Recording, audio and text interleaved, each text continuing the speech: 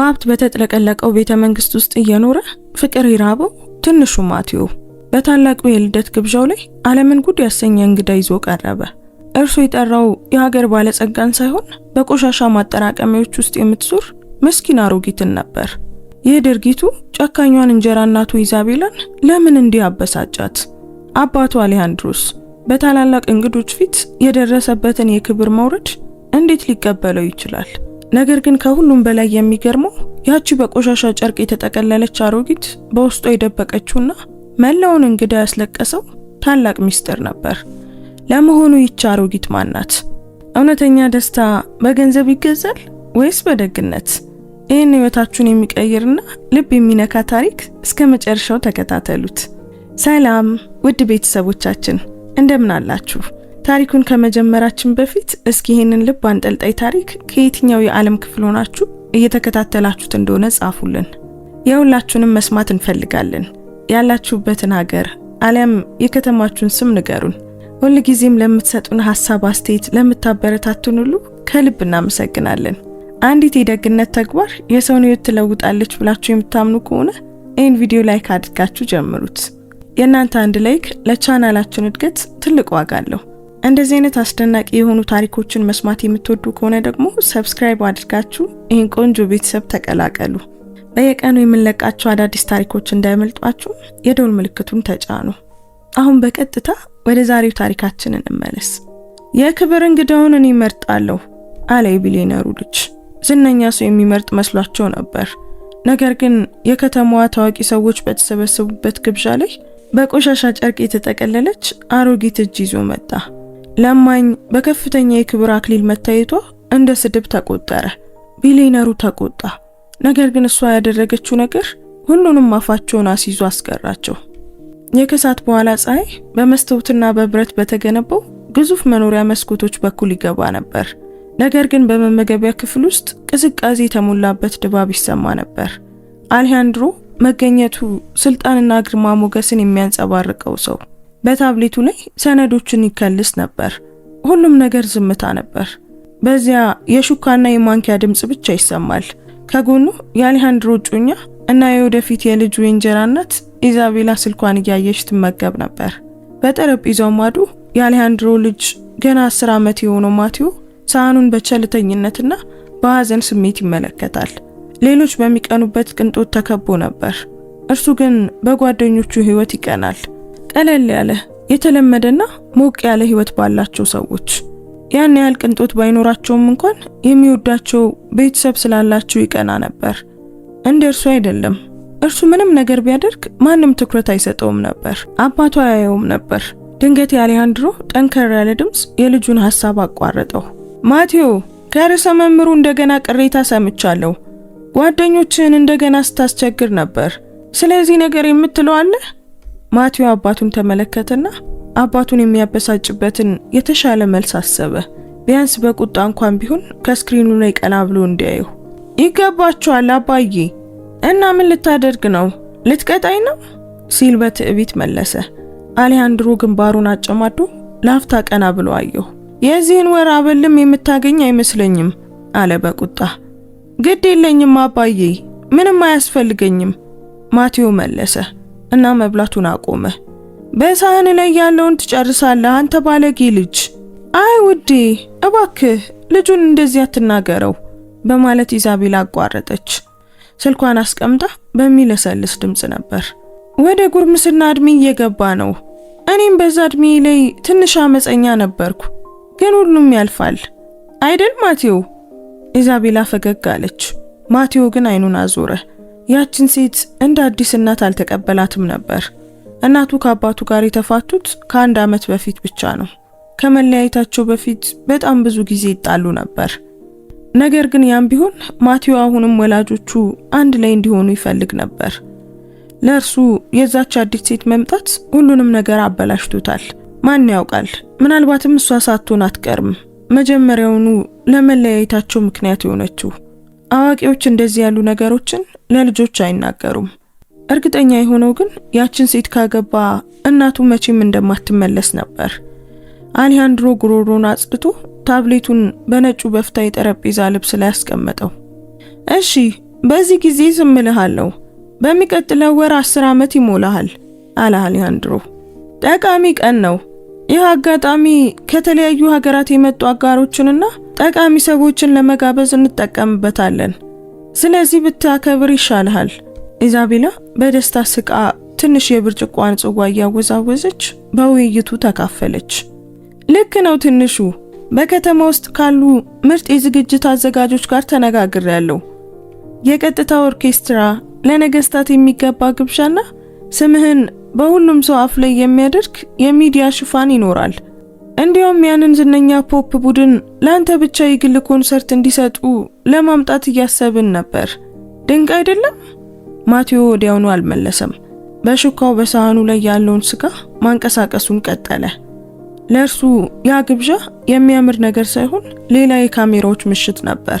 በክብር ልብስ የተሸለሙ እንግዳ ሰዎችና አባቱ ልደቱን እንደ መድረክ በመጠቀም የንግድ አጋሮቹን ለማስደመም የሚሞክርበት። እናቴን ማየት ወይም ደግሞ ለብቻዬ መሆን ነው የምፈልገው ሲል ማቴዎ ቀና ሳይል አጉረመረመ። የትዕቢት ቃና ሳይሆን በተዳፈነ ሐዘን ሊሰበር የቀረበ ድምጽ ነበር። አሌሃንድሮ እንደገና ግንባሩን አጨማደደ። ተቃውሞ አልለመደም ነበር። ምን አልከኝ ሲል ጠየቀ። ልጁ እንዲደግመው እየተገዳደረው ነበር። ማቴዎም ላፍታ መነታና ግብዣ አልፈልግም አባዬ አለ። ምንም እንኳን አባቱ የእርሱን ሐሳብ እንደማይቀበለው ቢያውቅም። ማቴዎ ማልቀስን አቁም እያልኩ ነው። ይህ ግብዣ ስላንተ ብቻ አይደለም፣ ብዙ ነገሮች ተያይዘውበታል። ማንም ቢሆን ለግብዣችን ጥሪ ለማግኘት የሚከፈለውን ሁሉ ይከፍላል። ልክ ነው፣ በተለይ ደግሞ የክብር እንግዳ ለመሆን ይጓጓሉ ስትል ኢዛቤላ አከለች። የክብር እንግዳ ሆኖ መመረጥ ማለት ሙሉ ድጋፍ በቤተሰባችን በኩል የሚደረግ ስፖንሰርሺፕ፣ እውቅናና ዝና ማለት ነው። ያ ሰው ከእንግዶች ሁሉ እጅግ በጣም አስፈላጊው ሰው ነው። አክሊሉ ሲደፋ አስደናቂ ትርኢት ይሆናል። ቀድሞውኑ እጩዎች በሐሳቤ አሉኝ። ከልደት ባለቤቱ ውጪ በጣም አስፈላጊው ሰው ማለት ነው። ኢዛቤላ ፈገግ አለች። ነገር ግን ይህ አይኑን ከሳህኑ ላይ ለማይነቅለው ለልጁ ምንም አይነት ማበረታቻ አልነበረውም። አሌሃንድሮ አየውና ረጅም ትንፋሽ አወጣ። ማቴዎ ይህ ካልተመቸ ሌላ የሚመችህን ነገር እሰጥሃለሁ። እሺ፣ የፈለግከውን ነገር ጠይቅ፣ ብቻ ስርዓት ለመያዝ ቃል ግባ። ልጁ በሐዘን አየው። ሁልጊዜም እንዲህ ነበር። አባቱ የሚያደርገው ነገር ሁሉ ረብሻ እንዳይፈጥር ነገሮችን መስጠት ነበር። ነገር ግን ቤተሰቡ ከፈረሰ በኋላ ደስተኛ የሚያደርገው ምንም ነገር አልነበረም። እሺ አባዬ፣ ስርዓት ይዛለሁ፣ ግን እንደ ስጦታ የክብር እንግዳውን እኔ እንድመርጥ ፍቀድልኝ አለ ማቴዎ በቁርጠኝነት። በልቡ አባቱን ለማስጨነቅ አንድ ዘፋኝ ወይም ለማግኘት በጣም አስቸጋሪ የሆነን ሰው ለማምጣት አቅዶ ነበር። ምን? እንዴት ልጁ ይመርጣል? እኔ ነበርኩ የምመርጠው አለች ኢዛቤላ በትንሹ ተበሳጭታ። እሱ የሚፈልገው ይሄንን ከሆነ ይሁን አሌሃንድሮ ደመደመና ስልክ ለመመለስ ወጣ። ልጁ ከዓለም ማዶ ያለ ሰው፣ እግር ኳስ ተጫዋች ወይም ዝነኛ ሰው እንዲያመጣ ቢጠይቀው ግድ አልነበረውም። አሌሃንድሮ ማንንም ለማምጣት በስልጣኑ ይተማመን ነበር። በመመገቢያ ክፍሉ ኢዛቤላና ማቴዎ ብቻ ቀሩ። ማቴዎ ወዲያውኑ ወደ ክፍሉ ለመሄድ ተነሳ። የት የምትሄድ ይመስላል አንተ ትንሽ ባለጌ ልጅ አለች ኢዛቤላ። የውሸት ፈገግቷ አሁን ጠፍቶ ነበር። ማቴዎ እሷ ምን እንደሆነች ቀድሞውኑ ያውቃል። ሁልጊዜ አባቱ ፊት ኢዛቤላ አዛኝና አፍቃሪ ናት ትመስላለች። እሱ ሲዞር ግን ጨካኝ ናት። ነገር ግን ማቴዎ ስለሷ ቢከስ አሌሃንድሮ እንደ ሕፃን ለቅሶ ይቆጥረው ነበር። ስማኝ፣ የክብር እንግዳው ማን እንደሚሆን ስም እሰጥሃለሁ። ለአባቴ የምትናገረው እሱም ብቻ ይሆናል ስትል ኢዛቤላ እጁን ይዛ አስፈራራችው። ማቴዎ ለአፍታ አሰበና ምንም ዝነኛ ሰው ላለማምጣት ወሰነ። እናቴን እመርጣለሁ አለ ልጁ ኢዛቤላን አይን አይኗን እያየ። በኃይል ወደ ቤተሰቤ ብትገቢም እንኳን እናቴ አትሄድም የሚል ዝምተኛ መልእክት እየሰጣት ነበር። ኢዛቤላ በድፍረቱ በፌስ ሳቀች። እናቴ? ያቺ ሴት ደግሞ ምን ክብር አላት? ከአባት ጋር ከተለያያችሁ ጀምሮ አንድ ጊዜ እንኳን ልትጠይቅ አልመጣችም። ኢዛቤላ በፊቷ አጠገብ ባለው ጸጉር እየተጫወተች ተሳለቀችበት። እሷ ስራ በዝቶባት ነው። በስልክ አናግራታለሁ። እንድትመጣ ከነገርኳት ትመጣለች አለ ማቴዎ። አይ ማቴዎ፣ እሷ መቼም አትመለስም። ያንን ሐሳብ ከጭንቅላት አውጣው። ኢዛቤላ በመርዝ በተሞላ ድምጽ ጮኸች። ገና በዚህ ቤት ውስጥ በመኖርህ አመስግን፣ በግብዣህም ተደሰት። ምክንያቱም አሌሃንድሮን አግብቼ የራሴን ልጅ ስወልድ አንተን ወደ ሩቅ እሰድሃለሁ። ስለ እናቱ የሚያለቃቅስ ትንሽ ልጅ ሕይወቴን እንዲያበላሸው አልፈቅድም። ማቴዎ አጥንቱ ድረስ የሚሰርጽ ፍርሃት ተሰማው።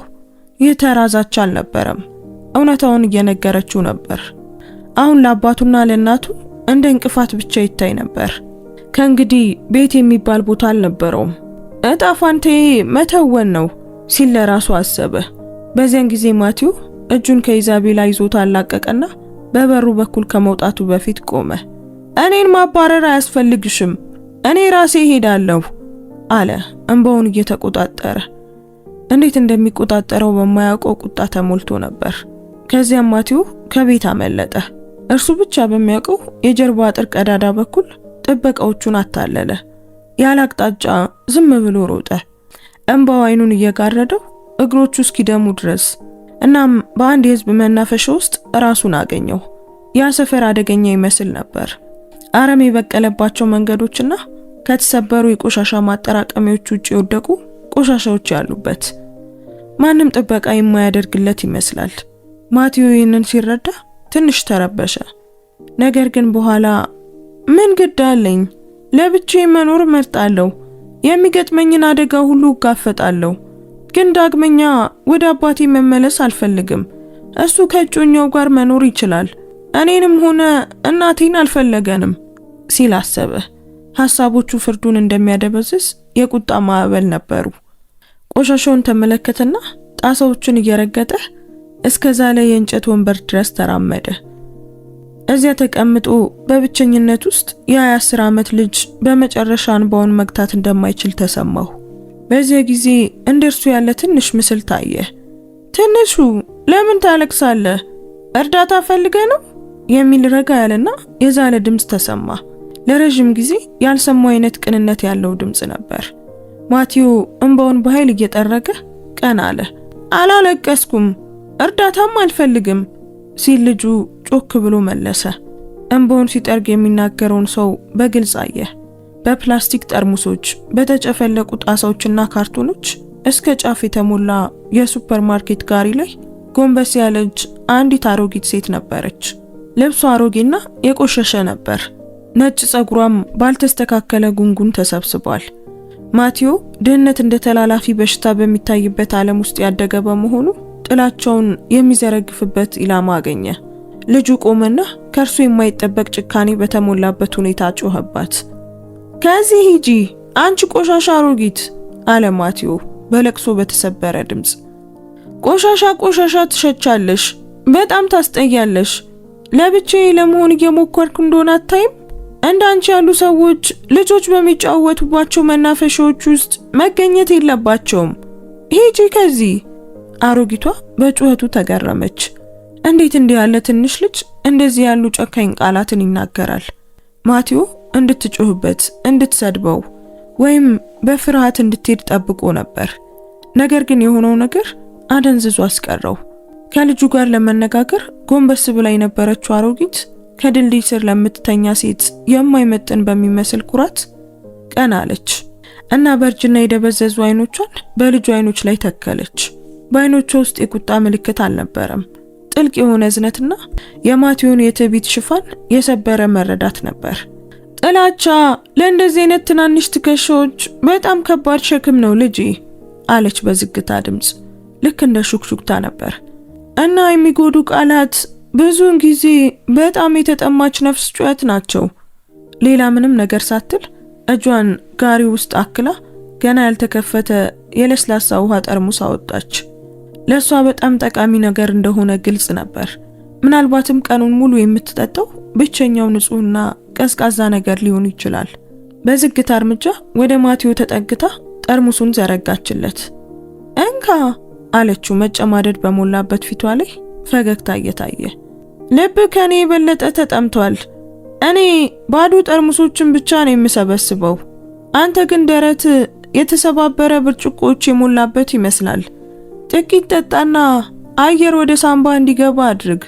ማቴዎ በራሱ ክፋትና በዛች ሴት ልግስና መካከል ያለው ልዩነት እንደ መብረቅ መታው። ጠርሙሱን ሲቀበል እጆቹ እየተንቀጠቀጡ ነበር። ማልቀስ ስህተት አይደለም ትንሹ፣ ማፈርም አይጠበቅብህም። ልብህን የሚያስጨንቅ ነገር ካለ የፈለግከውን ያህል አልቅስ። ስትደክም ደግሞ ተወው። አንዳንዴ የሚጎዳንን ነገር ለአንድ ሰው ስንነግረው መተው ቀለል ይላል። ከፈለክ ለኔ መናገር ትችላለህ፣ እኔ አዳምጣለሁ። በዚያ ቅስፈት አባቱ እንዳያስቸግረው ገንዘብ ሲሰጠው የነበረው ምስል በጭንቅላት ውስጥ አለፈ እና ያ የቀዘቀዘ ውሃ ያለበት ፕላስቲክና ያቺ የመናገር እድል የሰጠችው ቅን ፈገግታ ብቸኛው የሚያስፈልገው ነገር እንደሆነ ተረዳ። ልጁ በአፍረት አንገቱን ደፋና ማልቀስ ጀመረ። ነገር ግን በዚህ ጊዜ የቁጣ ለቅሶ ሳይሆን የጸጸት ነበር። ይቅርታ አለ በስክስክታው መሃል። በጣም አዝናለሁ። እነዚያን ነገሮች ማለት አልነበረብኝም። ጥፋተኛ አይደለህም። አሮጊቷ በጥንቃቄ አየችው። በሌላ ሰው የረጠበችና በፍርሃትና በመሸማቀቅ ቁጣዋን በመጮህ ለመግለጽ የምትሞክር ትንሽ ድመት የምታይ መሰላት። አሮጊቷ በህይወቷ ውስጥ በጣም አስፈሪ ሰዎችን አይታለች። የዚህ የተቆጣ ልጅ ጥቃቶችም ምንም ጉዳት የሌላቸው ነበሩ። አይዞህ፣ እንደነዚህ ያሉ ቃላት ሊጎዱኝ አይችሉም አለች ከጎኑ እየተቀመጠች። ስድቦች የሚሰሩት ለመቀበል በሚወስኑ ሰዎች ላይ ነው። ማቴዎ ውሃውን ጠጣና አሮጊቷ እንዳለችው ውሃው ሲያረጋጋው ተሰማው። አመሰግናለሁ እመቤት አለ ማቴዎ ጠርሙሱን እየመለሰ። ሉሲያ ልትለኝ ትችላለህ አለች አሮጊቷ። አሁን ትንሽ ተሻለ? ትንሽ ሲል ማቴዎ መለሰ። በልብ ውስጥ አሁንም ጥልቅ ህመም ይሰማው ነበር። ልክ ከህፃንነቱ ጀምሮ የሚያውቀው መልካም ነገር ሁሉ በጣም ይወዱት የነበሩት ቤተሰቦቹ ከእንግዲህ እንደሌሉ ሁሉ የማቴዎ ሐሳቦች በዚያ በፈረሱ መንገዶች አድማስ ላይ ጠፉ። በእውነት ስለሚሰማኝ ነገር ካወራውሉት ህመሙ ይጠፋል? ማቴዎ ጠየቀ። ከንቱ ነገር ይመስለኛል። በዚያን ጊዜ ድምፁ ቃላቱ እንደ ህፃን ሳይሆን ተስፋ እንደቆረጠ አዋቂ ሰው ይሰሙ ነበር። አይኖቹ እንደሷ ያለ ሐዘን ነበራቸው። ይህም ማስደነገጣት። ምክንያቱም እንደሷ ሳይሆን እርሱ ትንሽ ልጅ ነበር። ዶና ሉሲያ ከመመለሷ በፊት ለጥቂት ጊዜ አሰበች። ታሪክን ለአንድ ሰው በመናገር ህመሙ እንደሚጠፋ ማወቅ ትፈልጋለህ? ላያጠፋው ይችላል። ህመሙ ብትናገረውም ብዙ ጊዜ እዚያው ሊቆይ ይችላል፣ ግን ይረዳሃል።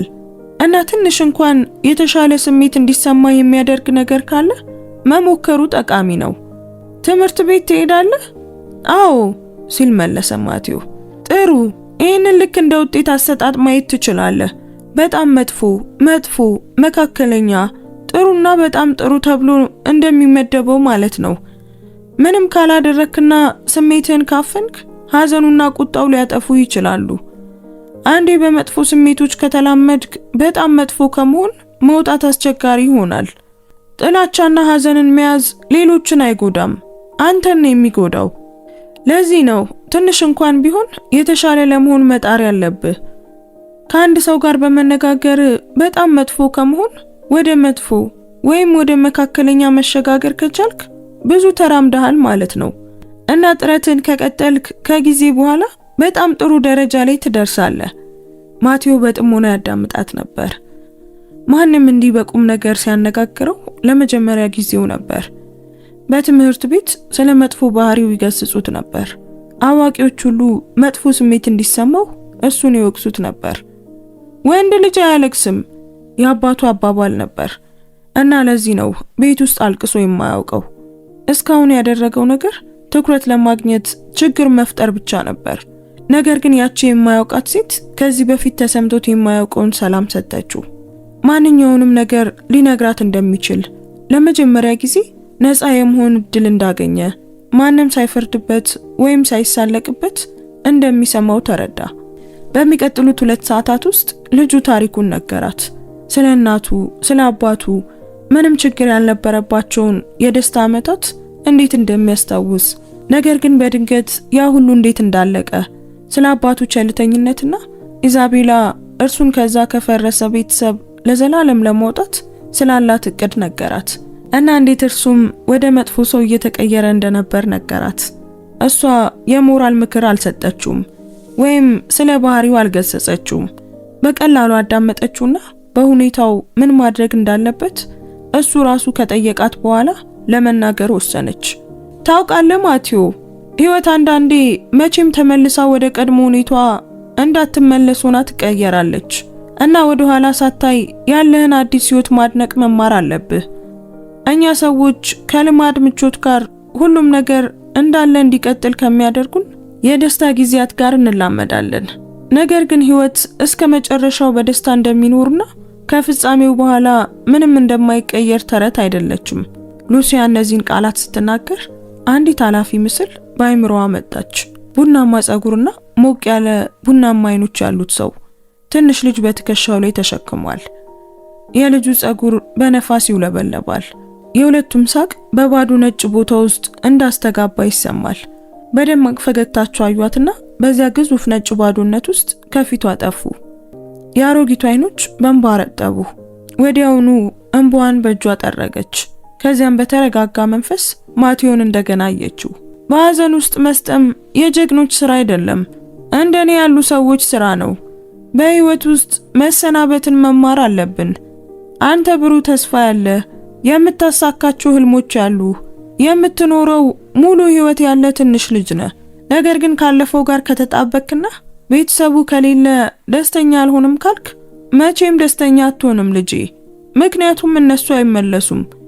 እኔ መሰናበት አልቻልኩም ነበር እና እኔን ማንም እንደኔ መሆን አይፈልግም። እንዲህ አትጨርስ ትንሹ አለች አሮጊቷ የማቲዮን ጭንቅላት በፍቅር እያሻሸች። ምን ደረሰብሽ? አለ ማቲዮ በጭንቀት። ለመጀመሪያ ጊዜ ከራሱ ሐዘን ውጪ ሌላ ነገር ትርጉም እንዳለው ተሰማው። ያቺ ደግ አሮጊት በጣም የከፋ ነገር እንዳሳለፈች ተረዳ። እንደኔ አትሁን ማለት እርሱ በዚያው መንገድ ላይ ነው ማለት ነበር። ጎዳና ላይ ከመኖሯ በፊት እሷም እንደሱ ነበረች። ሉሲያ ፈገግ አለች። አይዞ ትንሹ፣ ያ የሆነው ከረጅም ጊዜ በፊት ነው። ይሄ እኔ ለመኖር የወሰንኩበት መንገድ ነው እና ተጨማሪ ነገር አያስፈልገኝም። ትርፍ የለኝም፣ ግን በቂ ያለኝ ስትል አሮጊቷ ማቲዮ እንዲረጋጋ በሚያደርግ ሰላም ደመደመች። ዶን ሉሲያ፣ በደስታ ውጤት አሰጣጥ ላይ እርሶ በምን ደረጃ ላይ ኖት? አሮጊቷ በመገረም አየችውና ሳቀች። የደስታ ውጤት ስትል ጠየቀች። አዎ፣ እርሶ በጣም መጥፎ፣ መካከለኛ፣ ጥሩና በጣም ጥሩ ተብሎ ሊለካ ይችላል ብለዋል። እውነቱን ለመናገር እኔ በመጥፎ ደረጃ ላይ ያለው ይመስለኛል፣ ግን ሁሉንም ነገር መናገሬ ስለረዳኝ ተሽሎኛል አለ ፈገግ ብሎ። ያ ጥሩ ነው። ደረጃ በደረጃ መሄድ አለብህ። አንዳንዴ ቀላል ነው፣ ነገር ግን እንደ ትምህርት ቤት ከአንዱ ሌላው የሚከብድባቸው ነገሮች አሉ። እውነታውን በረጋ መንፈስ በመቀበል ጀምር። እናትና አባት ተመልሰው እንደማይቀላቀሉ፣ ልትቀይረው የማትችለው ነገር እንዳለ የአዲስ እውነታ እስኪለምድ ድረስ ተቀበለው። አሁን በምትኖረው ህይወት ውስጥ ደስታን ፈልግና ከዚያ ይቅርበል። ጥላቻን ከልብህ አውጣው። ማቲዮ የመጨረሻውን ክፍል ሲሰማ አንገቱን ደፋ። አባቴን አንድ ቀን ይቅር እንደምለው አላውቅም በሐዘን ተናገረ። መቸኮል አያስፈልግህም ልጄ። ይቅር ስትል ለሱ ብለህ ሳይሆን ለራስ ነው የምታደርገው። ልብ ከዛ መጥፎ ስሜት ነፃ መውጣት ያስፈልገዋል። ማቲዮ የአሮጊቷን አይኖች ተመለከተና በሷ ውስጥ የተስፋና የደግነት ብልጭታን አየ። በእነዚህ አይኖች ውስጥ ጥላቻም ሆነ ክፋት አልነበረም እና እንደዚህ አይነት አይኖች ቢኖሩት ደስ እንደሚለው አሰበ። እርሷ በምትችለው ሁሉ እየረዳችው ነው።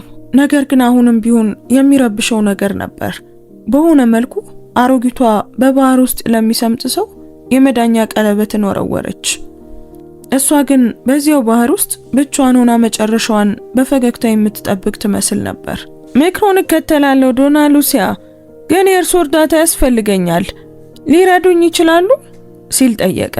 አሮጊቷ ግራ በመጋባት አየችው። እንዴት ደስተኛ መሆን እንደሚቻል አላውቅም። በየቀኑ የምፈልገው ብቸኛው ነገር አባቴና እናቴ ተመልሰው እንዲመጡና እንደ ድሮ እንዲወዱኝ ነው። ደስታን ባለፈው ሳይሆን ወደፊት እንዴት ማግኘት እንደምችል ሊያስተምሩኝ ይችላሉ?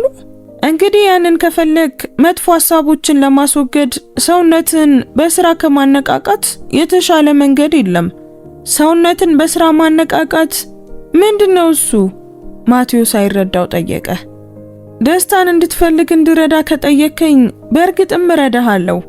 ለዛም ግን ብዙ ነገሮችን ማድረግ ያስፈልግሃል። እየተነሳች መለሰች። መንቀሳቀስ፣ መጣር፣ መሳቅና ትኩረት ማድረግ። ከኔ ጋር ብዙ ስራዎችን ትሰራለህ። ማድረግ የምትወዳቸውን ነገሮችና ምናልባትም የማትወዳቸውን ነገሮች ታገኛለህ። ግን ሁልጊዜም ስራ ታበዛለህ። ሁሉንም ነገር በስኬት ከጨረስክ በኋላ እርካታ እንደሚኖር አረጋግጥልሃለሁ እና ሳታውቀው የደስታ ውጤትህ በጣም ጥሩ መሆኑን ታያለህ። ምን ትላለህ? በዚህ ትስማማለህ? አለች ዶን ሉሲያ ስምምነቱን ለማጽናት እጇን እየዘረጋች። ማቴዎ ለጥቂት ጊዜ አመነታ። ከዚያም የተዘረጋውን እጅ ያዘ። ያ ጥሩ የደስታ ውጤትን የሚያረጋግጥልኝ ከሆነ አደርገዋለሁ አለ ልጁ በፈገግታ። ግን ታላቅ ቃል እንደገባ ሰው ቁርጠኝነት ይታይበት ነበር። እናም ከዚያ ቀን ጀምሮ ማቴዎ በየቀኑ ከሰዓት በኋላ ይጠይቃት ጀመር። ከመኖሪያ ቤቱ ለመውጣት ሰበቦችን ይፈጥርና አዲሷ ጓደኛውን ለማግኘት ይሮጥ ነበር። አብረው በሚሆኑበት ጊዜ አሰልቺ አልነበረም። ለማቴዎ የሉሲያ ቃላት ማጽናኛ ወይም መዝናኛ ብቻ ሳይሆኑ ውድ ጥበቦች ነበሩ። እሷን ማዳመጥና ከቤት ችግሮች ጋር ምንም ግንኙነት በሌላቸው ነገሮች ላይ ሐሳብ መለዋወጥ ያስደስተው ነበር። አብረው ሄደው ጣሳዎችንና ጠርሙሶችን የሚሰበስቡባቸው ቀናት ነበሩ። የአትክልት ቦታዎችን ማጽዳትና አበባዎችን መንከባከብ፣ የእርሻ እንስሳትን መንከባከብ፣ ጡብ መሸከም፣ ከሚታደሱ ቁሶች የሚያምሩ ጽጌረዳዎችንና ጌጣጌጦችን መስራትን አስተማረችው። ልጁ የሚያገኘውን ሁሉ በታላቅ ጉጉት ይቀበል ነበር። ማቴዎ እያንዳንዱን ሳንቲም ለማግኘት ምን ያህል ከባድ እንደሆነና ሁሉንም ነገር በማግኘቱ ምን ያህል እድለኛ እንደነበር ተረዳ። ነገር ግን አሁንም እያንዳንዱን ብር በጥረት ማግኘትን በወርቅ ጎጆ ውስጥ ሆነው ከሚወረውሩለት የገንዘብ ቁልል በላይ ይመርጠው ነበር። ከስራ በኋላ ከመቤት ሪታ ቤት ጣፋጭ የቤት ምግብ ይመገቡ ነበር። በየቀኑ ዶን ሉሲያ እንዳለችው ስራ የሚበዛበትና ትኩረት የሚስብ ነበር። ሉሲያ በትንሽ ጊዜ መጠለያ ውስጥ እንደምትኖር፣ ነገር ግን አይምሯ ማለቂያ የሌለው ቤተ መጻሕፍት እንደሆነ ተረዳ። አንዳንዴ ከድሮ ቁስል የሚፈልቁ የሚመስሉ ግጥሞችን ታነብለት ነበር። ቃላቶቻቸው በጣም ቆንጆ ከመሆናቸው የተነሳ ማቴዎ ወደ ሌላ ዓለም እንደሄደ ይሰማው ነበር። ዶን ሉሲያ ለምን እንዲህ ያሉ ብዙ ቆንጆ ነገሮችን ታውቂያለሽ? ሲል ጠየቃት። አንድ ከሰዓት በኋላ የአልሙኒየምና የፕላስቲክ ጠርሙሶችን እንድትለይ እየረዳት ሳለ ጨለማ ብርሃኔን ከመውሰዱ በፊት በግጥምና በምሳሌያዊ አነጋገሮች ውስጥ ኖር ነበር ስትል መለሰችለት። አይኖቿ ወደ አድማሱ ተተክለው ነበር። ነገር ግን ትንሹ ከሁሉ በላይ የምወደውን ሳጣ ከእንግዲህ ደስተኛ ለመሆን የሚገባኝ አልመሰለኝም ነበር። ለመጥፋት ፈልጌ ጎዳናዎች ላይ ወጣው። እንደማንም እንደማያየው እንደዚህ ፕላስቲክ የማይታይ ለመሆን ፈልጌ ነበር። ማቴዎ የአሮጊቷን እጅ በእጆቹ መካከል ያዘ። የሱ ትናንሽና ለስላሳ እጆች ከሉሲያ ከሻከረው ቆዳ ጋር ይቃረኑ ነበር። ነገር ግን በዚያ ንክኪ ውስጥ ምንም አይነት የመጸየፍ ስሜት አልነበረም። የማይበጠስ ትስስር ነበር። አንቺ ለኔ የማትታይ አይደለሽም አረጋገጠላት። አሮጊቷ ፈገግ አለች። አሁን የደስታ ውጤት እንዴት ነው ልጄ? ስትል ጠየቀችው። ደህና ነኝ ብዬ አስባለሁ ዶን ሉሲያ፣ ማቴዎ እየሳቀ መለሰ። አሁን እንደ አያት ከሚያያት ከሉሲያ ጋር ሲሆን ከዚህ በፊት ይሰማው የነበረውን ሁሉ መርሳቱን ገና እየተገነዘበ ነበር። እርሱ ሰላም ተሰማው። አንቺስ ዶን ሉሲያ የደስታ ውጤትሽ እንዴት ነው? በጉጉት ጠየቀ። እንደርሱ ሁሉ እሷን ብዙ የተሻለች ትመስል ነበር። አሁን ሙሉ በሙሉ ንጹህ ሆና ትታይ ነበር። ልብሷ ትንሽ አሮጌ ቢሆንም ቆንጆ ነበር። ከእንግዲህ የተቀደደ ወይም የቆሸሸ ነገር አትለብስም ነበር። አሁን በጣም ጥሩ ነው ሉሲያ ሲል በጉጉት ጠየቃት። ልክ ነው ትንሹ፣ በጣም ደህና ነኝ። ስለዚህች አሮጊት አንተ መጨነቅ አይገባህም። ፈገግ አለች። የምትኖርበት አዲስ ቦታን አግኝታለች። በገጽቷ ላይ ያለው ለውጥ የሚታይ ነበር። እናም እንደ ቀድሞ ጎዳና ላይ እንደማታድር ጠረጠረ።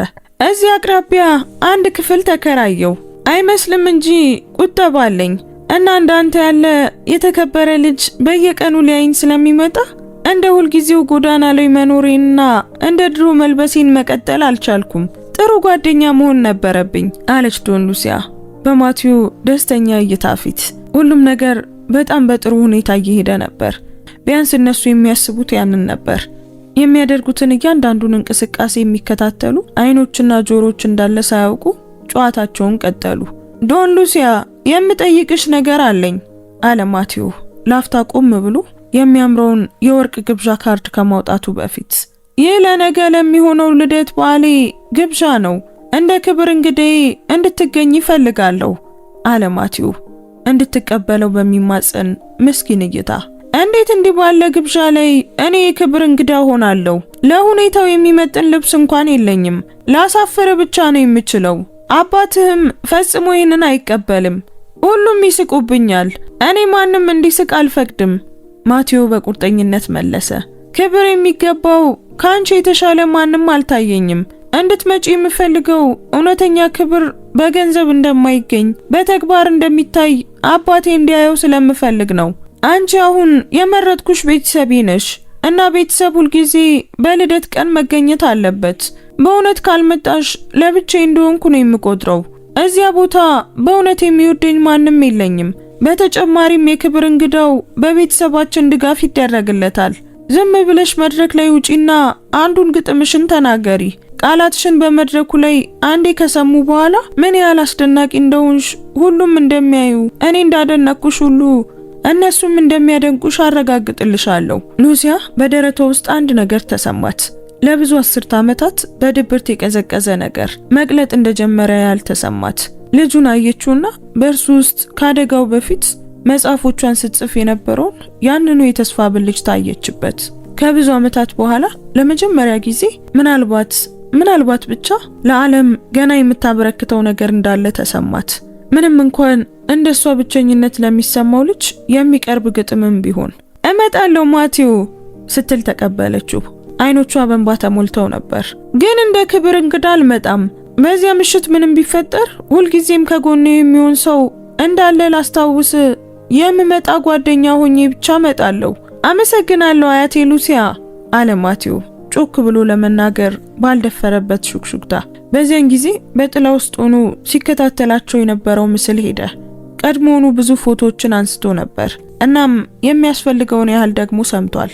ብዙም ሳይቆይ ያ ሚስጥራዊ ምስል ኢዛቤላ ፊት ደረሰ። እመቤት እንደጠረጠሩት ነው። ልጁ አሮጊቷ የክብር እንግዳው እንድትሆን ጠይቋታል። ማቲውንና ሉሲያን ያነሳቸውን ፎቶዎች እየሰጠ ተናገረ። ኢዛቤላ ፎቶዎቹን ተቀበለችና ወዲያውኑ የመጸየፍ ስሜት አሳየች። ያቺ አሮጊት አደባባይ አካባቢ የምትዞረው ቆሻሻ ሰብሳቢ አይደለችም ስትል ጠየቀች። ከዚያም በፌስ ጮክ ብላ መሳቅ ጀመረች።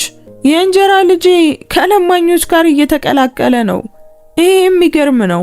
አሌሃንድሮ ወራሹ ጊዜውን ከጎዳና አብድ ጋር እንደሚያሳልፍ ካወቀ ወደ ውጭ ሀገር አዳሪ ትምህርት ቤት ይሰደዋል እና እኔም መንገዱ ክፍት ይሆንልኛል ማለት ነው። ሀብቱን ያለ ማንም እንቅፋት ማስተዳደር እችላለሁ። ምንም እንኳን ያለ ማንኛውም የሚሆን ቢሆንም ትንሽ መጠበቅ ብቻ ነው የነበረብኝ። ይህ ባለጌ ልጅ የቤተሰባችንን ስም ድጋፍ ለቆሻሻ አሮጊት መስጠቱ በጣም የሚያበሳጭ ነው። ምን አይነት ጣጣ ነው? እኔ ያንን ቦታ አስቀድሜ ላጎቴ ልጅ ካቲያ አስቤው ነበር አለች ኢዛቤላ ፈገግታዋ ጠፍቶና ጸጉሯን በንዴት ይዛ። አይሆንም። ያ ልጅ ያችን ለማኝ እንዲያስተዋውቅ መፍቀድ አልችልም። ችግሩ ሳይባባስ በፊት እሷን እጥላታለሁ። ኢዛቤላ ምልክት ሰጠችና 3 ዩኒፎርም የለበሱ ሰዎች ወጡ። ተልኳቸው ግልጽ ነበር። አሮጊቷ ግብዣው ላይ እንዳትመጣ ማድረግ። ሉሲያ በመንገድ ላይ ስትሄድ ነበር። በማቲው ልደት ላይ ተስማሚ ሆና ለመገኘት አዲስ ቀሚስ ገዝታ ነበር። ድንገት ግን ሙሉ በሙሉ ተከበበች። ማቲው በዚያ ምሽት ወደ መኖሪያ ቤቱ ሲመለስ አባቱን ሳሎን ውስጥ አገኘው። አሌሃንድሮ በስልክ እያወራ ነበር እና ለልጁ ፈጣን እይታ ብቻ ሰጠው። ልጁ በሐዘንና በሰላም ቅልቅል ስሜት ተመለከተው። የሱ ግዴለሽነት ማቲውን ከእንግዲህ አይጎዳውም ነበር። አሁን የሚያሳስበው ሌላ ነገር ነበር። ዋናው በር ሲከፈትና የክብር እንግዳውን ሲያስተዋውቅ የሚነሳው የተዛባ አመለካከት ማዕበልን መጋፈጥ። ማቲው ወደ ክፍሉ ወጥቶ ሉሲያ በዚያ ከሰዓት በኋላ የነገረችውን ግጥም እያሰበ ተኛ። በድንጋዮች መካከል ስላደገችና ብርሃን ለመፈለግ አስፋልቱን ሰብራ ስለወጣች ዘር የሚተርክ ታሪክ ነበር። በተረጋጋ ፈገግታ ሁሉም ነገር መልካም እንደሚሆን እርግጠኛ ሆኖ ተኛ። በሚቀጥለው ቀን ማንም ሊያሞግሱ አልመጣም። አባቱም ሆነ ኢዛቤላን ቀኑን ሙሉ አላያቸውም። እናም ፀሐይ ልትጠልቅ ስትል ማቴዎ ሉሲያን ፈልጎ አብረው ግብዣው ሲጀምር ለመግባት አሰበ። ነገር ግን አደባባዩ ጋር ሲደርስ እሷ እዚህ አልነበረችም። ማቴዎ በፍርሃት ሁልጊዜም ወደሚሄዱባቸው ቦታዎች ፈለጋት።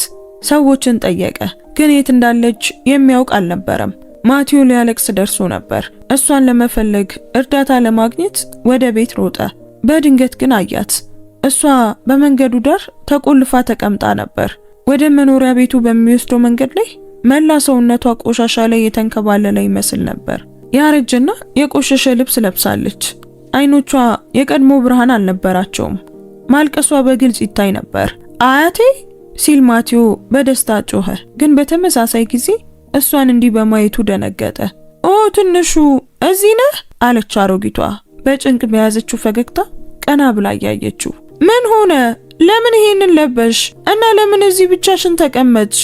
ማቴዎ እየተነፈሰ መሐረቡን አውጥቶ ሊረዳት ሞከረ፣ ግን ከየት መጀመር እንዳለበት አላወቀም። ረጋ በል ትንሹ፣ ሁሉም ነገር ደህና ነው። ዝም ብሎ አንተን የምጠብቅበት የቀድሞ ቦታ ትንሽ አደገኛ ሆነብኝ ማለት የቻለችው ያንን ነበር። በግብዣው ላይ እንዳትገኝ በኢዛቤላ ስም እንደዛቱባት፣ ልብሷን እንዳበላሹባትና እሷን ለማዋረድ ያንን አሮጌ ጨርቅ እንድትለብስ እንዳስገደዷት፣ እየሰደቧት ቆሻሻ ውስጥ እንደጣሏት ልትነግረው አልቻለችም። እነዚህ ሰዎች የት እንደምትኖርና የት እንደምትሄድ ያውቁ ስለነበር ወደዚያ ለመመለስ ፈርታ ነበር። ይቅርታ አድርግልኝ ትንሹ፣ እንደምታየው ወደ ግብዣው መሄድ አልችልም። በዚህ እንደምታልፍ ስለማውቅ በመንገድ ላይ እየጠበቅኩ ነበር። መልካም ልደት ልልህ ብቻ ፈልጌ ነው። ማቴዎ በዝምታ አያት። ስለ ልብስሽ ነው አያቴ?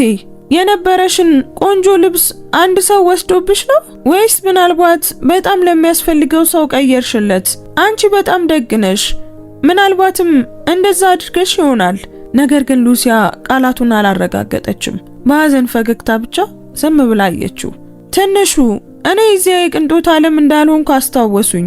እንደዛ ብቻ ነው። የኔ ቦታ እዚህ ጎዳና ላይ ነው። ያ እውነት አይደለም አያቴ። ማቴዎ በእንባ በተሞሉ አይኖች አቋረጣት።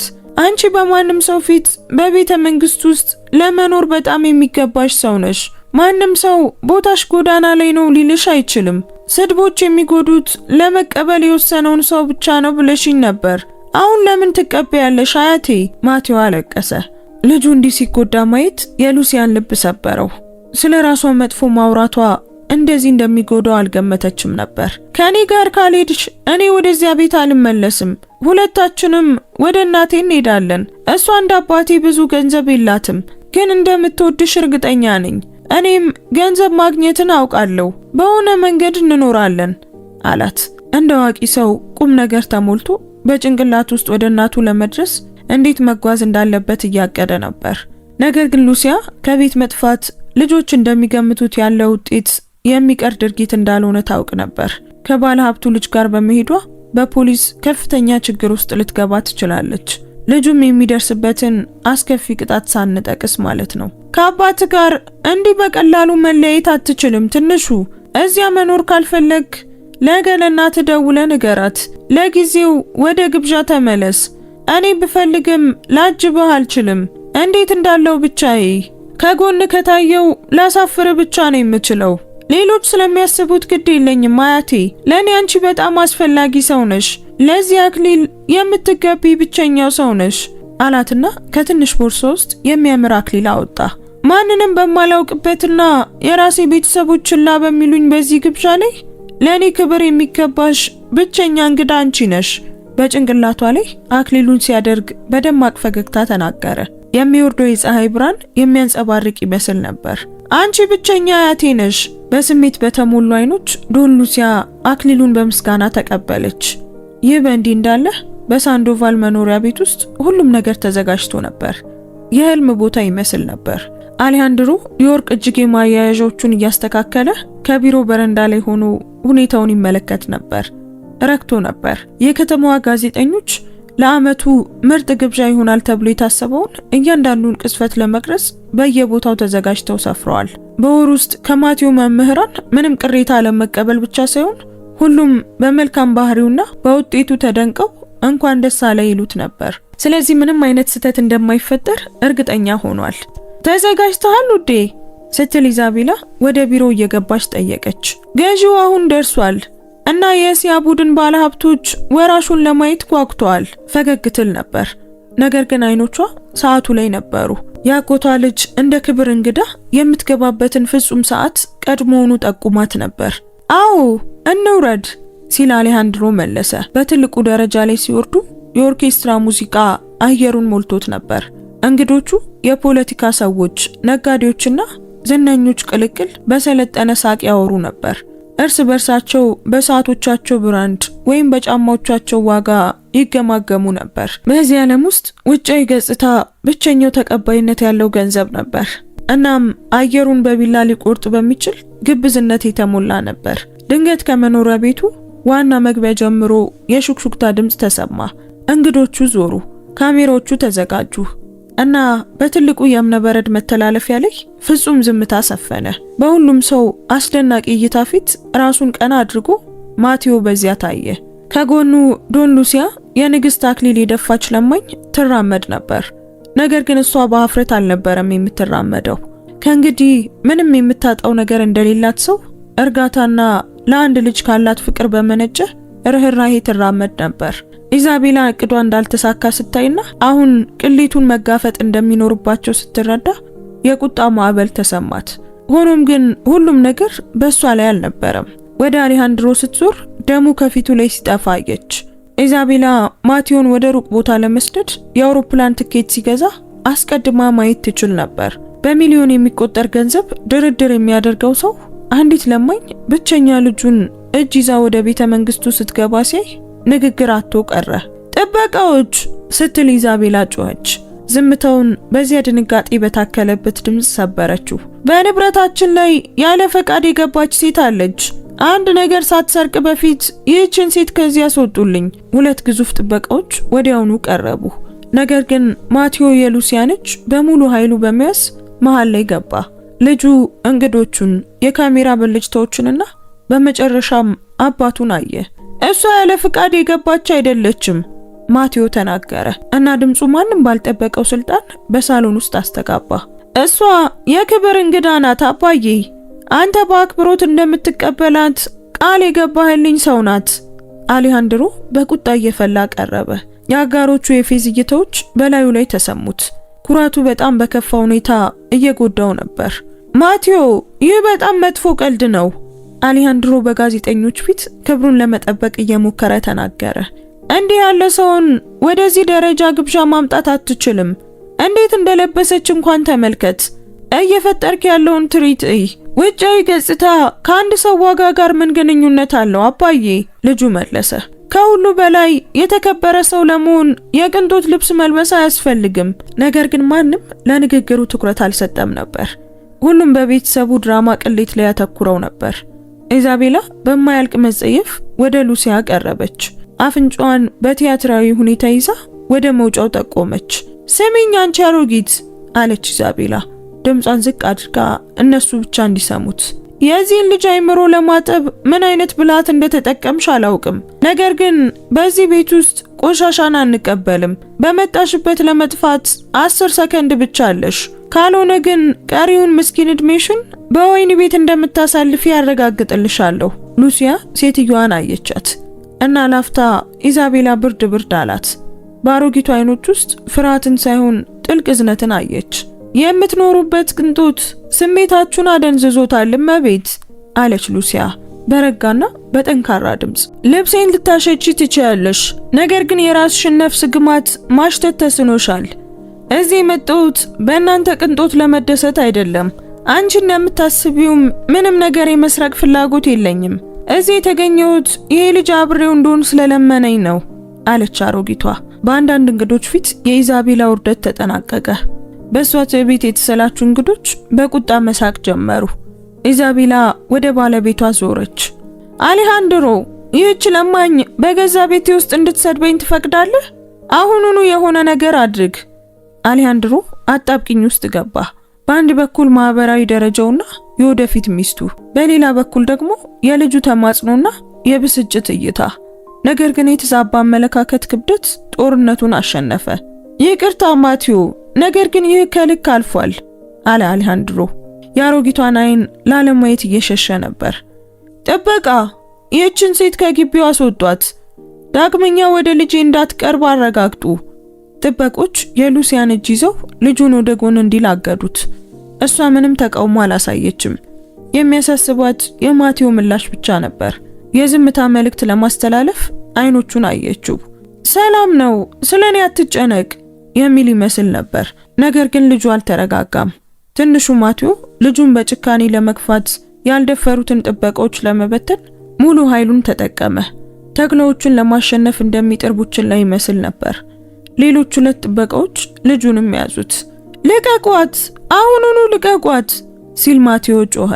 በሰባዊነት የያዘችው ብቸኛ ሰው ልክ እንደ እንስሳ ስትባረር ሲያይ በውስጡ የሆነ ነገር ለዘላለም እንደተሰበረ ተሰማው። እሷ ከሄደች እኔም እሄዳለሁ። ደግነት እንደ ቆሻሻ በሚታይበትና ክፋት በሚሸለምበት ቤት ውስጥ መኖር አልፈልግም። ከዚህ ጣራ ስር አንድ ደቂቃ እንኳን ከማሳልፍ ከዶን ሉሲያ ጋር ጎዳና ላይ ማደርን እመርጣለሁ። እንደገና የሞት ዝምታ በአዳራሽ ውስጥ ሰፈነ። ካሜራዎች የአሌሃንድሮን የተረበሸ ፊት ቀረጹት። ምን እያልክ ነው ሲል አሌሃንድሮ ጠየቀ። በሰዎች ፊት ልጁን እንዴት እንደሚገስጸው አላወቀም ነበር። ማቲዮ ስማኝ፣ የክብር እንግዳው የቤተሰባችን ድጋፍ የሚገባው ሰው መሆን አለበት እንጂ ማንም አይደለም። እሷ ድጋፋችን ይገባታል አባዬ፣ ላሳያችሁ እችላለሁ። ማቲዮ በቁጭት ጮኸና ላፍታም ሳይጠራጠር የሙዚቃ ቡድኑ ደንግጦ ወደ ቆመበት ወደዚያ መድረክ ሮጠ። ማቲዮ ማይክሮፎኑን በሁለት እጆቹ ያዘ። ሁላችሁም ስሙኝ ሲል ጮኸ። በቴክኖሎጂ የታገዘው ድምጹም እንግዶቹ የያዙትን ብርጭቆ እንዲያወርዱ አስገደዳቸው። የኔ የክብር እንግዳ አስፈላጊው ተስጦ ቢኖራትም የመጣችው እኔ ስለለመንኳት ብቻ ነው።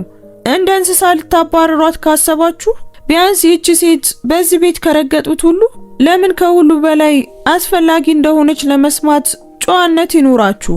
ሉሲያ እባክሽን ውጪ። አሌሃንድሮ በውርደትና በኩራት ስሜት ተወጥሮ ባለበት ደርቆ ቀረ። ኢዛቤላ ግን ማይክሮፎኑን ከልጇ ለመንጠቅ ወደ መድረኩ ለመውጣት ሞከረች። አሮጊቷ ምን እንደምታደርግ ለማየት የጓጉ እንግዶች በረቀቀ መንገዷን ዘጉባት። ጥበቃዎችም ለቀቋትና በመቶዎች የሚቆጠሩ ሰዎች ትኩረት በአሮጊቷ ጎባጣ ምስል ላይ አረፈ። ሉሲያ የሞዴሎችና የኪነ ጥበብ ባለሙያዎችን ውበት ለማሳየት በተዘጋጁ ደማቅ መብራቶች ስር ወደ መድረኩ መሃል ደረሰች።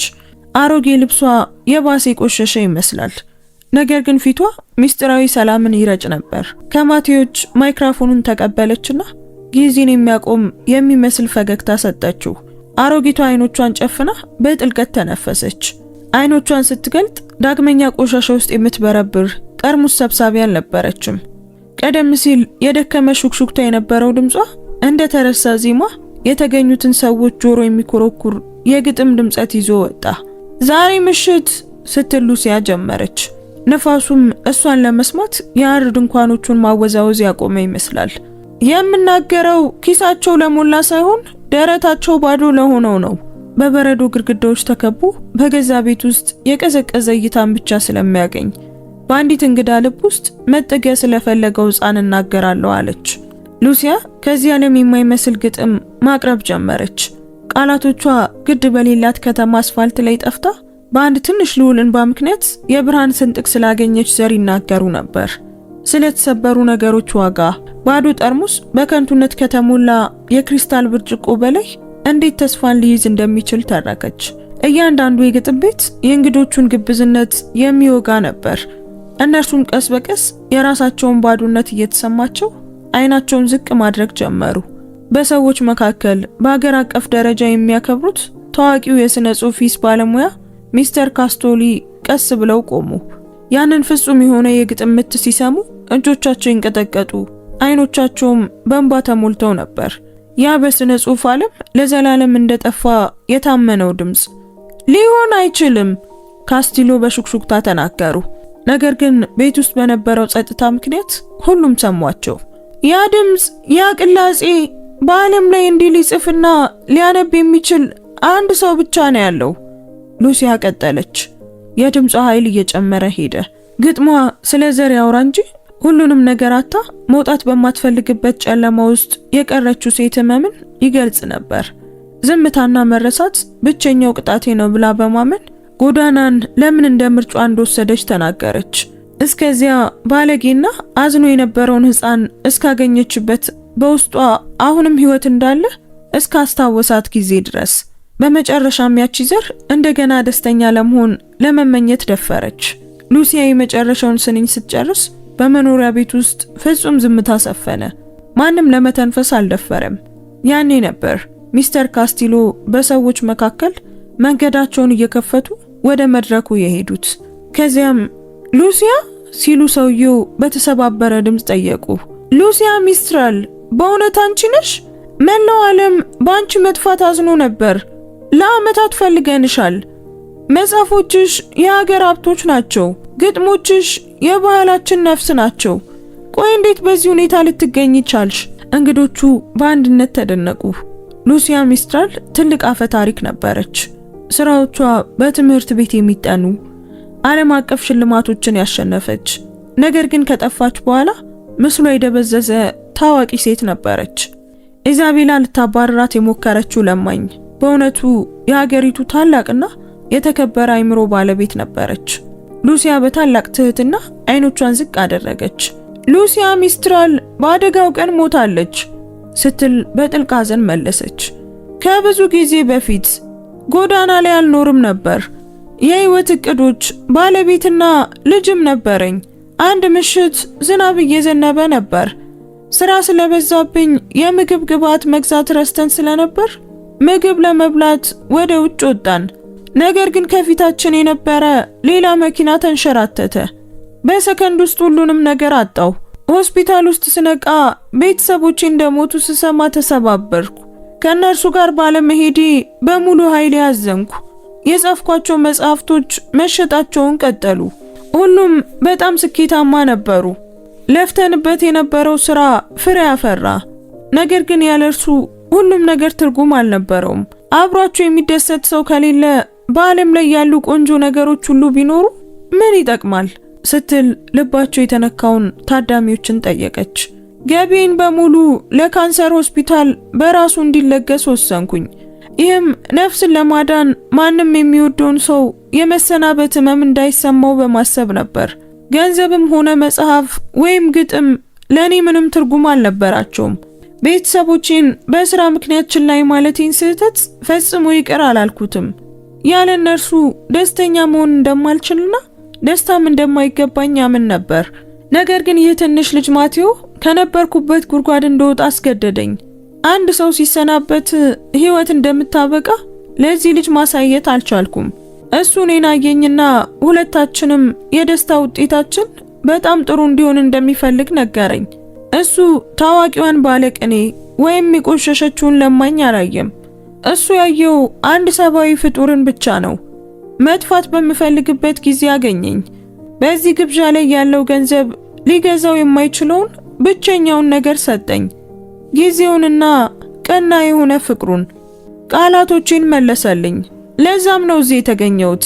ቤተሰብ ማለት የተወለድክበት ብቻ ሳይሆን በደግነት የሚገነባ መሆኑን ልነግረው መጣው።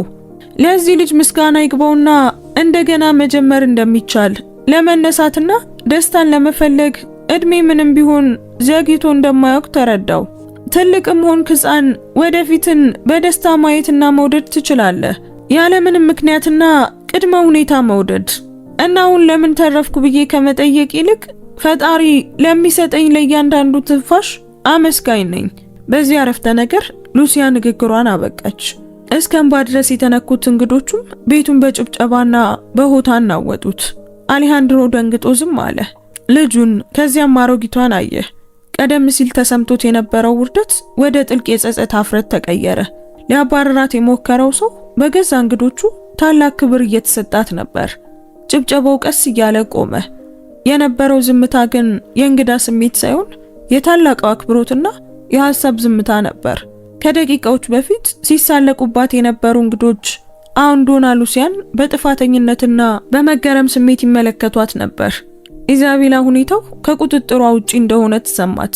በሰዎች መሃል አልፋ በተረበሸ ፊትና በለቅሶ ድምጽ ጮኸች። ይህ ተውኔት ነው፣ ድራማ ነው ስትል ኢዛቤላ በሚንቀጠቀጥ ጣቷ ወደ ሉሲያ ጠቆመች። አሌሃንድሮ እንዲህ የዋህ መሆን አትችልም።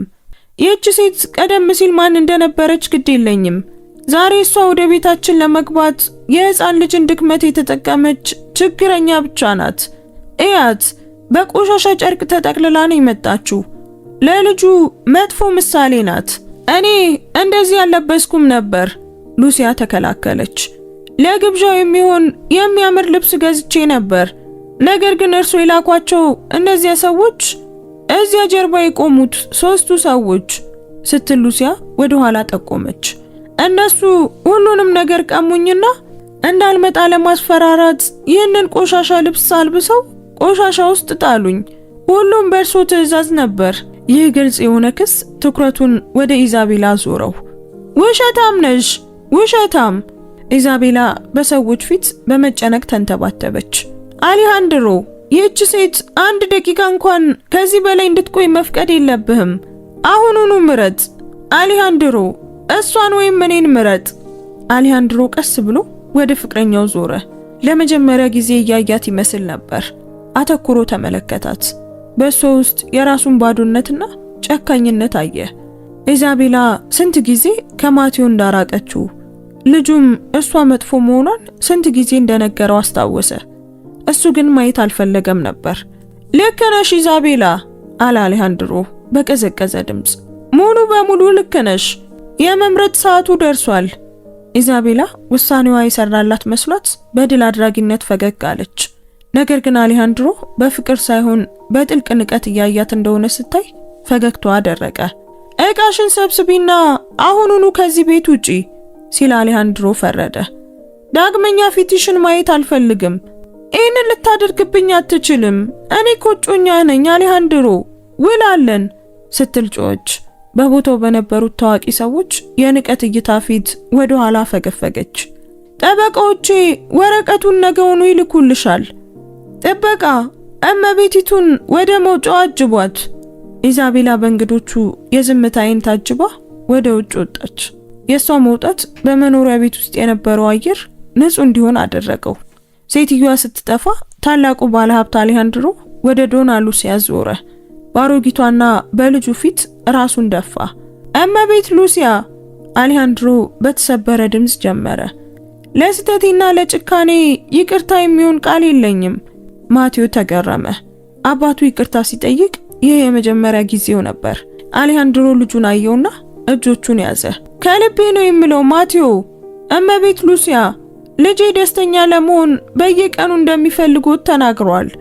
ይህ ማለት እሱ የእርሶን እርዳታ ይፈልጋል ማለት ነው። እባክዎ ከኛ ጋር እንዲቆዩ ጠይቃለሁ። እንደ ሰራተኛ ሳይሆን ማቴዎ እንደመረጠው ቤተሰብ እዚህ ይቆዩና ይህን መኖሪያ ቤት እሱ መሸሽ የማይፈልግበት እውነተኛ ቤት ያድርጉት። የማቴዎ እንባ በፊቱ ላይ ፈሰሰ። ከብዙ ዓመታት በኋላ ለመጀመሪያ ጊዜ ለአባቱ አስፈላጊ መሆኑ ተሰማው። በደስታ አቀበላለሁ ሚስተር አሌሃንድሮ። አሮጊቷ በተለመደው የደስታ ፈገግታዋ መለሰች። የድጋፍ ጭብጨባ እንደገና አስተጋባ እና ግብዣው በዚህ ጊዜ በደስታ ቀጠለ። የሁሉም ሰው ትኩረት ወደ ልደቱ ባለቤት ተመለሰ። ወራት አለፉና በሳንዶቫል መኖሪያ ቤት ውስጥ ሁሉም ነገር ሙሉ በሙሉ ተለወጠ። በትልቁ የአትክልት ቦታ ውስጥ የሉሲያ ሚስትራል የግጥም ወርክሾፕ ተከፈተ። በዚያም የሁሉም የህብረተሰብ ክፍሎች ልጆች ቃላት ዓለምን ለመለወጥ ትልቁ መሳሪያ መሆናቸውን ለመማር ይመጡ ነበር። ማቴዎ ዳግመኛ ችግር አልፈጠረም ወይም ተደብቆ አላለቀሰም። አሁን በአትክልት ስፍራ ውስጥ ከሌሎች ልጆች ጋር ስራዎችን ሲሰራ ወይም ሉሲያ ትምህርቷን ስትሰጥ ከእግሯ ስር ተቀምጦ ይታያል። እናቱም በየጊዜው ማቴዎን ትጠይቀው ነበር። አብረው ባይኖሩም ያ ግን ከዚህ በኋላ የሚያመው ቁስል አልነበረም። አባቱ ተለውጦ ነበር እና ማቴዎ አሁን የአባቱን ፍቅር ቀስ በቀስ ለማግኘት ችሏል። ደስታን መፈለግ ዘግይቶ እንደሚጀምር ሁሉ ይቅርታን ጠይቆ እንደገና መጀመርም ይቻላል።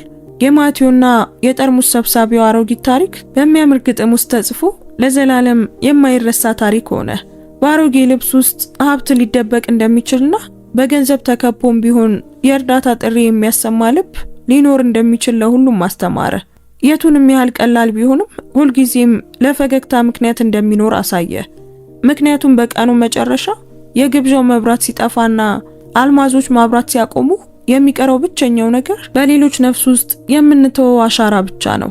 ታዲያ እናንተስ ዛሬ በህይወታችሁ የክብር እንግዳ አድርጋችሁ ማንን ትመርጣላችሁ? ውድ ቤተሰቦቻችን የዛሬው ታሪካችን በዚሁ ተጠናቋል። ታሪኩን እንዴት አገኛችሁት? ምንስ ተማራችሁበት? ለእናንተ በዚህ ታሪክ ውስጥ ጀግና የምትሉት ማንን ነው? ትንሹን ማቴዎን ነው ወይስ ጠርሙስ ሰብሳቢዋን አሮጊት ዶና ሉሲያን? እስኪ ኮሜንት ላይ ሐሳባችሁን ጻፉልን። እዚህ ድረስ ከሰማችሁትና ከጨረሳችሁትም ጨርሻለሁ እያላችሁ ጻፉልን። አንዲት የደግነት ተግባር የሰውን ህይወት ትቀይራለች ብላችሁ የምታምኑ ከሆነ ላይክ እና ሼር በማድረግ ለብዙ ሰዎች እንዲደርስና እንዲማሩበት አድርጉ። እንደዚህ አይነት ድንቅ የሆኑ ታሪኮችን መስማት የምትወዱ ከሆነ ደግሞ አሁኑኑ ሰብስክራይብ በማድረግ ቤተሰባችንን ተቀላቀሉ። በየቀኑ የምንለቃቸው አዳዲስ ታሪኮች እንዳያመልጧችሁ የደውል ምልክቱን ተጫኑ። እናመሰግናለን። እንወዳችኋለን። ቸር ቆዩን።